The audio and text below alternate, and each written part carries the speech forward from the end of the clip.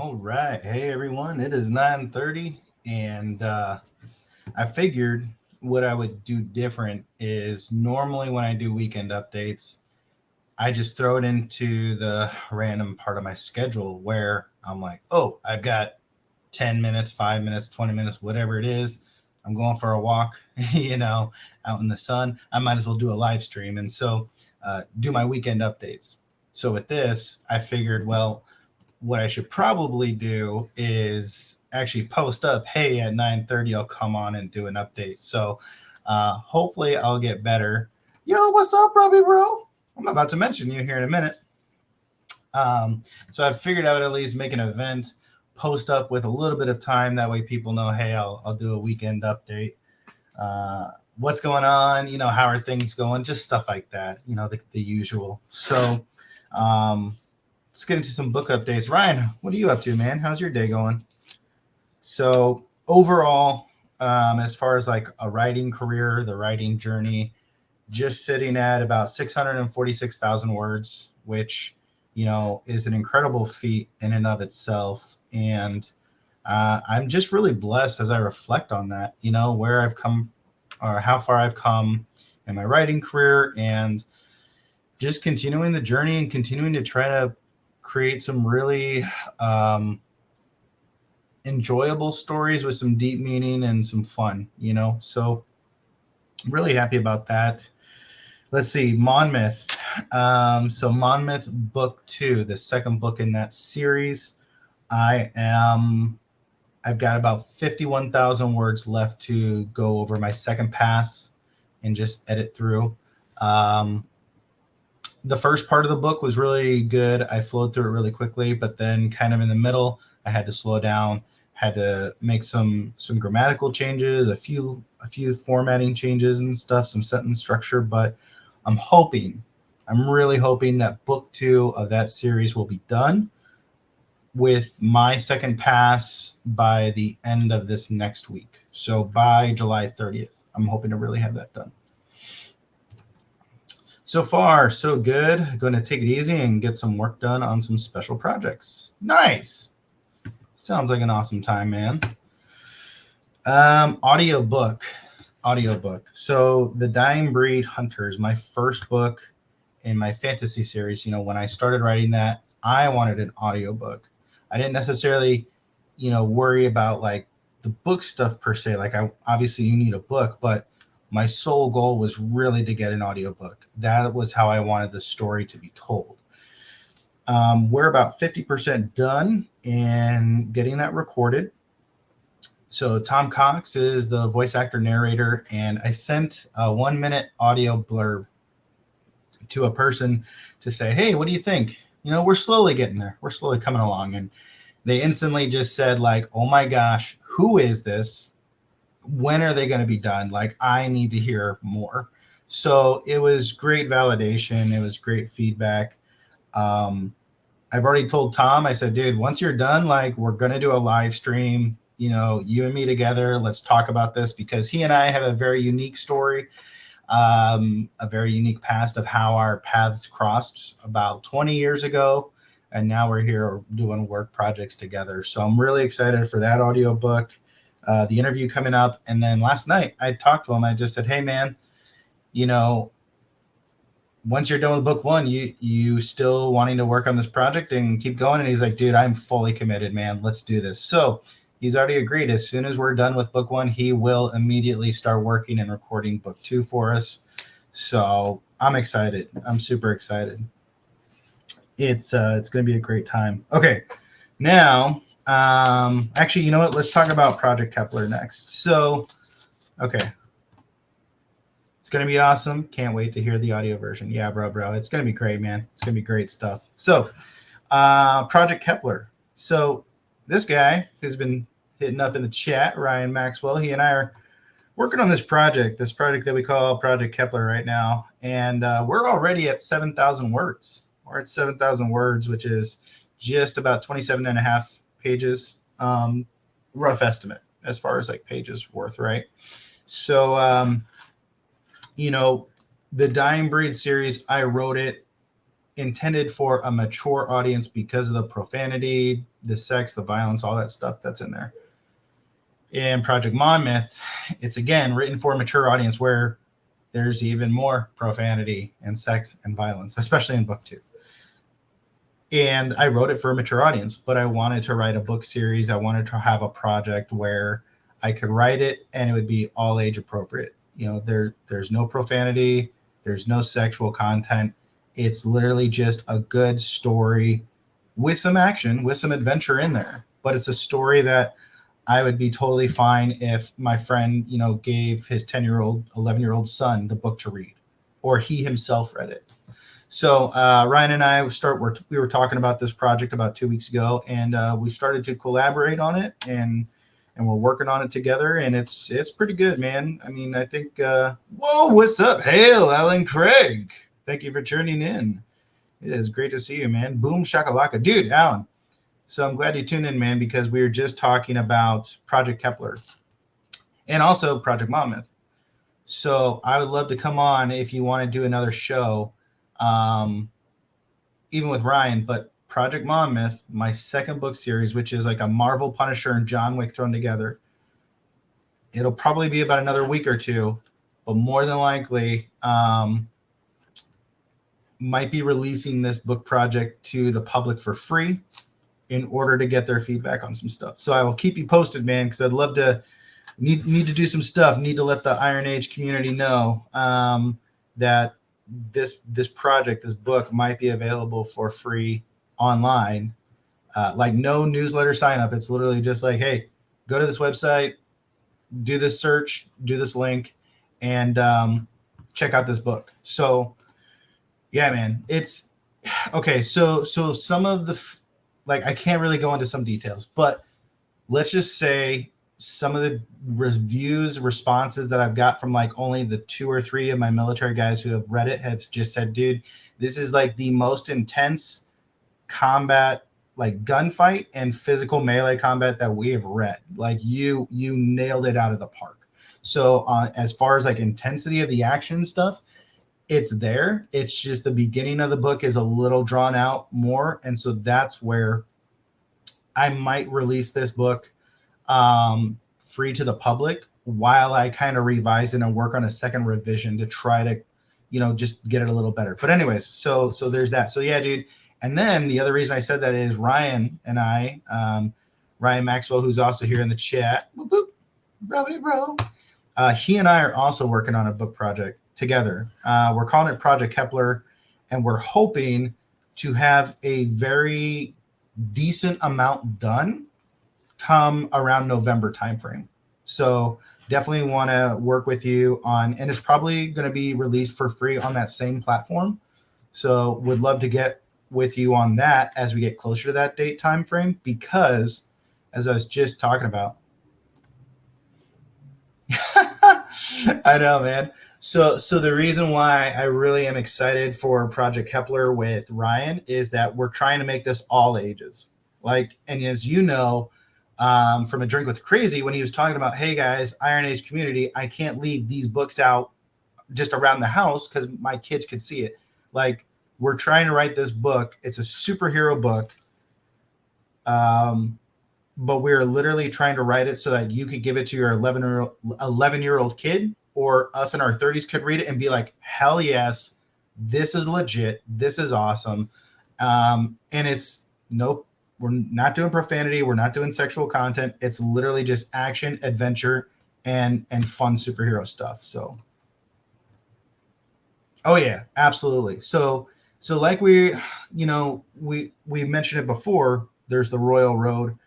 The reason why Ryan and I will more than likely release on Royal Road is when we talked about it, we were very heartfelt with each other. I shared with him why I wanted to write this book series and who the main character is based off of and what some of the conflict and the tension that main character has had to deal with.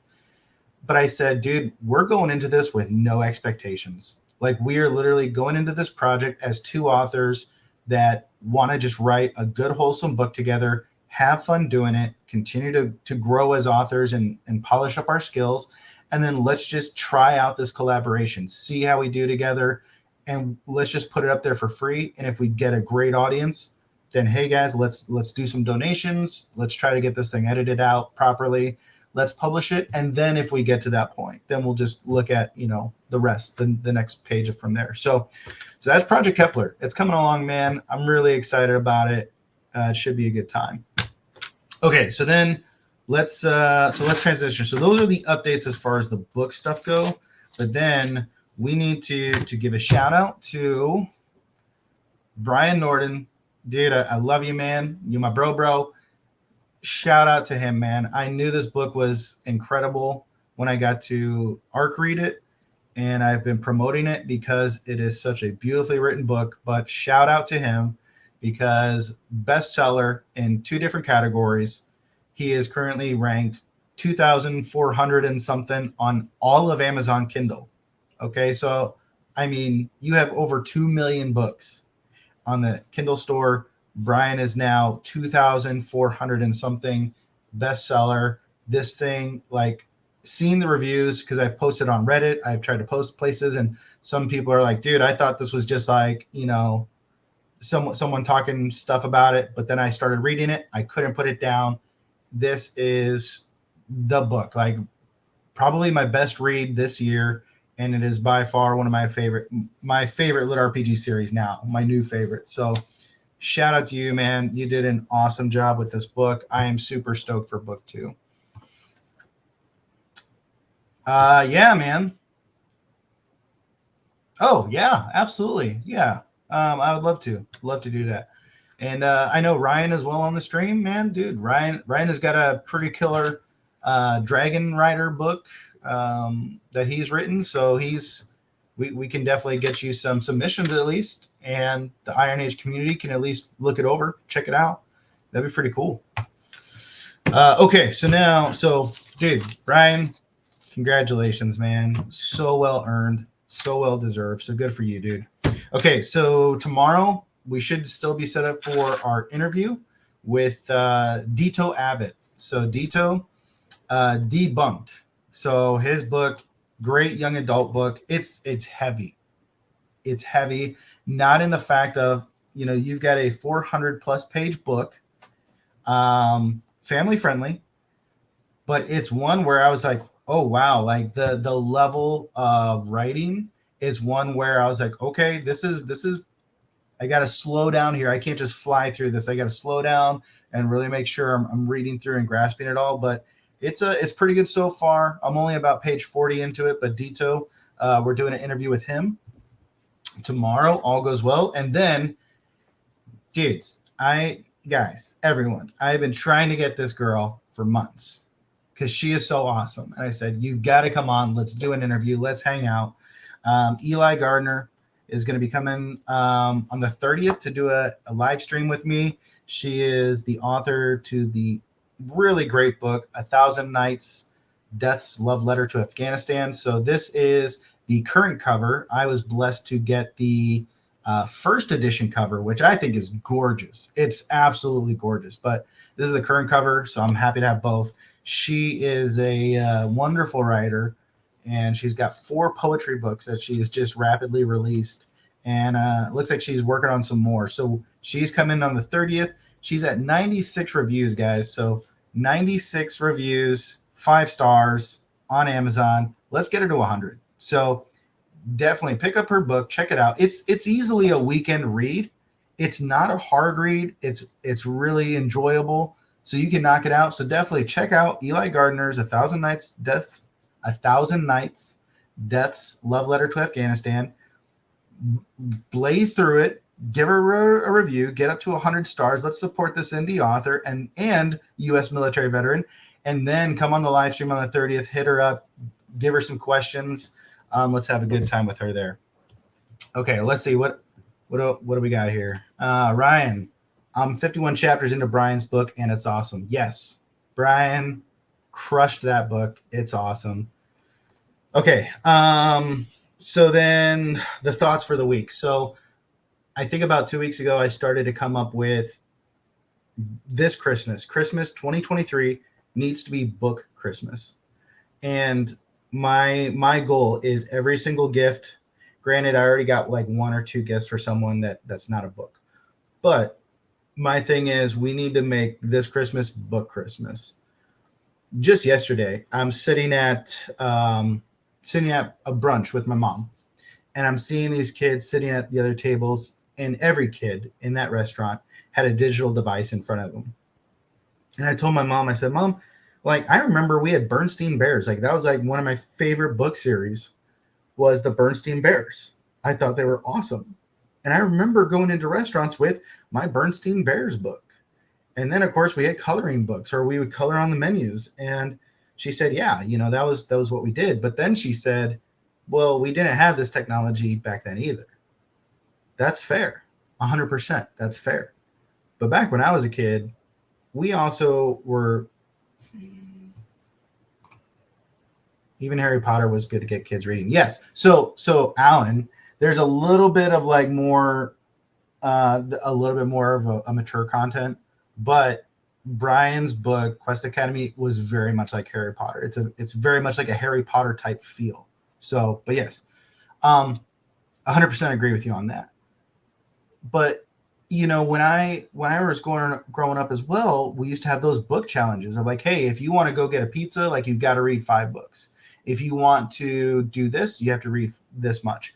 If you want to play video games, you have to read this. If you want to go see this movie, or if you read this book or that book or 2 books this week, we'll take you to Blockbuster for this weekend movie. Instead, now we just pop on a streaming movie every night. And so I've really been thinking about that. And I just was like, you know what? We're just as much of the problem. Every single one of us, we get to this point where we stop thinking about these things of, you know what? Yeah, my kids are going to have these books. My kids are going to read these books. And does it really matter if they read a book like 2-3 times? But it's, hey, read a book, then you can play video games. Read this much, then come talk to me about the book. Come spend time with me and tell me what you're learning from that book, what you enjoyed about that book. And then you can go play some video games, whatever it is, right? Like, granted, I'm not a parent. I don't understand some of the challenges of it, but what can we do? We already know America is becoming more and more illiterate. We already know that books are becoming less and less. So what can we do? Can we change it? Well, yeah, because we can't. Ryan, we used to sit at the table and nothing but our hands to keep us occupied. That came out wrong. No, dude. Well, I remember because my parents used to host a lot of people. We used to bring people over for dinners, right? Friday night dinners. We invited the Johnsons over. We invited the Smith family, the Clayton family, whoever it was. We were inviting families over, and Mom would bake bake the meal. They would bring a meal, but I, as a kid, was forced to sit at the table and forced to be engaged in some of those conversations, or told you're going to sit there and you're going to shut the crap up, right? So I was there. I remember that. And for me, though, I mean, what did I grow up on? I grew up on Choose Your Own Adventure. I grew up on Sugar Creek Gang. I grew up on Lion, the Witch, and the Wardrobe. Then there was the Left Behind Teen series, and oh my gosh, that series, the Left Behind Teens edition, I was reading those books so fast they couldn't write them fast enough and put them out. I was reading those. Those were probably the only books I actually blazed through and was so captivated by that I absolutely loved them. But then it was right after that time that I was given computers. I was given video games. I left reading behind. So I think it's one of those things of, when we talk about enabling behaviors as adults, we're normally talking about drinking. We're talking about domestic violence. We're talking about these things, all these super negative things. Well, what are we doing enabling behaviors of not getting ourselves to read and also our kids to read? So there's that dynamic that I've thought about. And then it's the dynamic of our kids are going to model what they see. If we're telling our kids to go read a book, but then we're sitting in front of the couch watching TV or a movie, instead it's, hey, let's go. I'm reading a book. What book are you going to read? We're going to go sit in the den turn the TV off. We're going to go read for at least an hour. And then let's talk about it, right? So that's where a lot of this motivation, a lot of this intention has come from, with the desire to want to have each of us try to bring our culture back to at least, hey, let's read. Let's have some meaning behind this. Yes, C.S. Lewis, Left Behind. Parents let us read the adult versions because they wanted to scare us. Dragonlance and the Hardy Boys. Dude, I did read one or two Hardy Boys. I did. I was blasting through the normal Left Behind books at the same time. Yeah, so, I mean, I started on the teen series. That was my thing. And granted, you know, you don't even have to talk about the theological differences of this. It was definitely intense, right? Like, you want to talk about post-apocalypse, like those books hit post-apocalypse writing more than anything else. Dragonlance, that was my gateway drug to this genre. Yep. Okay, so Book Christmas 2023. I think we can really change the culture. I think we can really make an impact. We ourselves just have to hold ourselves accountable, which is obviously the hardest part. But let's also take some action. Let's continue to say, hey, the gifts that I'm giving this Christmas are books. We don't need the latest cell phone. We don't need the latest cell phone. We don't need the latest headphones that are the same shit that you already are wearing. Do you really need a new TV? You know, pretty sure the techno gadgets you have right now will carry you on for another year. But let's make a difference. Book Christmas 2023. Okay. So then there's the other thing. The other thing that's really been on my mind and on my heart this week was this quote that I found, and it said, supporters become friends faster than your friends will become your supporters. I read that again. Supporters will become your friend faster than your friends will become a supporter. Y'all get expensive gifts. We always had a $50 limit on gifts growing up, and my kids have the same limit. Yeah. Well, I mean, you know, nowadays I see people around me. I mean, nowadays, like, hey, for Christmas, you getting juicy fruit and a hug. Like, times be tough. Alan, I like that. Yeah. So I thought about that, and Alan knows it dovetails into my own advice. Friends and family are not your audience. Yeah, it does, because, you know, as Alan knows, and I know, those of us who are in the independent scene, whether it is art, and I mean that by like painting, sketching, digital, music, if you're creating music, if you're creating video content, if you're a writer, author, anyone in the independent space, or even other stuff like soaps, right? If you want to make soaps, you want to make crafts, you want to make whatever you want. When you become this independent person, we always, I think it's just natural. We go to, I have social media. I have 1,000 followers. Man, you know, if I could just get 100 followers, that would be great. If 100 supporters, that would be great. And in reality, it's like, you have 1,000 followers. You'll probably get 10 people that will follow you or support you in this endeavor.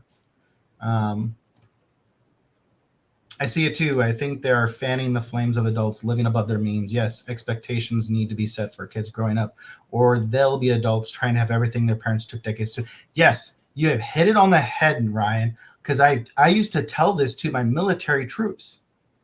Because I remember as a kid when I would say, hey, growing up, I remember my parents had folding chairs. And they had, you know, this. They had a terrible table. But by the time I was grown up, like born, and as a kid, they already had a couch. I did not see them. As a kid, I did not see them start out at the very beginning, start out with those folding chairs. So I had to remind my troops, because when you join the military, these kids, they were getting a bigger paycheck than what they had ever made in their life. And so, of course, they had this mindset, my parents had a leather couch. I'm going to go buy a leather couch. I'm going to get a military star card from the BX, which is a BX credit card, and I'm going to go buy this. You guys, your parents didn't start out that way. You're not realizing, like, you need to go talk to your parents again and have that conversation of, hey, what was it like when you guys first got married? You know, for me, growing up in my apartment, I had the cheap Walmart $100 dining room table. I hated it, but at least it looked decent. It was okay. You take care of stuff, it's gonna last. But yeah, we have this expectation of, oh, I need the huge couch sectional, and I need the big screen TV, and I need this. You guys, you got to start out strong. That's why it's called building all of that. Yep, 100%. The goodwill, the everything. You've got to. That's where it's again. You don't find the life that you want. You find the person that is best for you, and you build the life together. Anyways, all right, we're getting off topic. So let's get back. Supporters become friends faster than friends become supporters. When you start out on as an indie, if you have like 1,000 people on social media, you would be really blessed if you get 10 of those people to come and support you in the effort.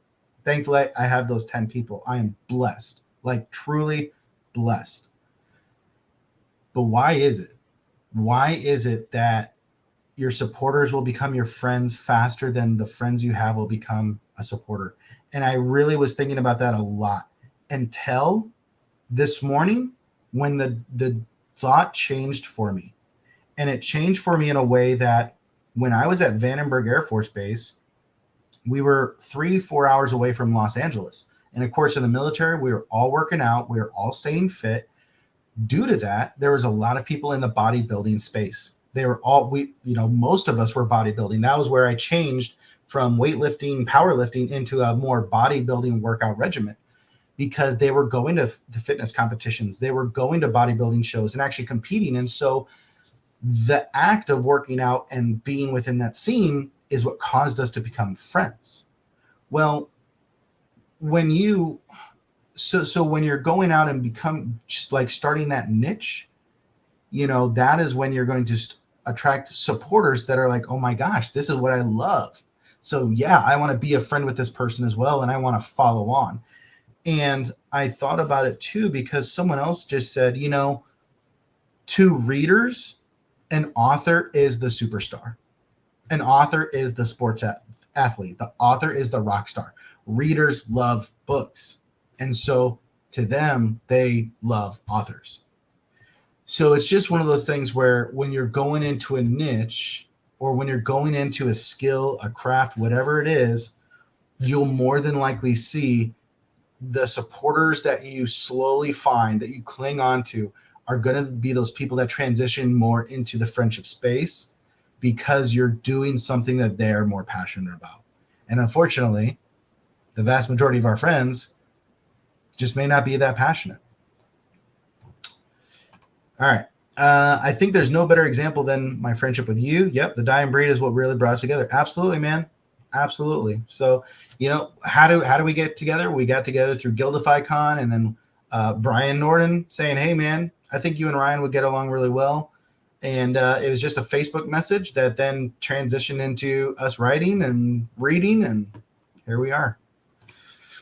I have 1,000 Facebook friends. Maybe 5 of them are interested in my book. Of the 30 or so who took an ARC, 5 have given feedback, 3 have finished it. Dude, that's great numbers.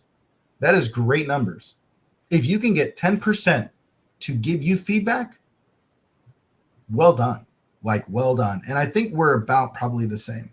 I think I sent about 30, and I only got about 3-4 back. So, yeah. But you know what, dude? That is where I would say you keep writing. You don't stop. You just got to keep building the craft, building the skill, and building one reader at a time. I am now on TikTok. I am now on Twitter. I am on Instagram. I am clearly on Facebook. I try to bridge out and just build more and more connections. And so, it's just where you don't know that one reader who will bring you 2 readers. You don't know if that one reader who brought the 2 readers and then they bring 2 readers. Well, now you have 7 readers, and it just slowly starts. So you just have to keep grinding. You have to keep building. It is one reader at a time. Oh, I know. I don't even want to. I don't, right? And this is my stubbornness, right? We get set in our ways of like, no, man, I'm just going to do Facebook. And now it was you. I gave you a shout out in my whatever the Twitter thing is, where you can do the voice chat thing. I gave you a shout out because the only reason I'm I'm on Twitter is because of you, Alan. So, but again, you build 1 or 2 readers at a time and you just keep going. So, yeah, that's all I got, you guys. So again, overall, just under 650,000 words written in my career so far. I'm really blessed for that. Monmouth Book 2, hopefully going to do the second pass edits this week. Audiobook is 50%. It's gonna be great, I think, when it drops. I think people are gonna be blown away. So, like, literally think James Earl Jones voice. That's all I'm gonna say. I'll just say that. That's all. So we're gonna be, but Tom and I will be doing a live stream interview when that comes out. Book 2 is already scheduled. He's gonna start doing that as well. Brian Norden, again, brother, congratulations, man. Great stuff. Kepler is in the works. Got 2 interviews. Dito's coming up tomorrow. Eli Gardner next weekend. Book Christmas, you guys, and then continue to support the indies. Give them love. Iron Age, Rust Age, whatever age you want to be. Hell yeah. So, all right, guys. Anything else? What do you guys got for me? Otherwise, I'll jump off here, get us back to our weekend.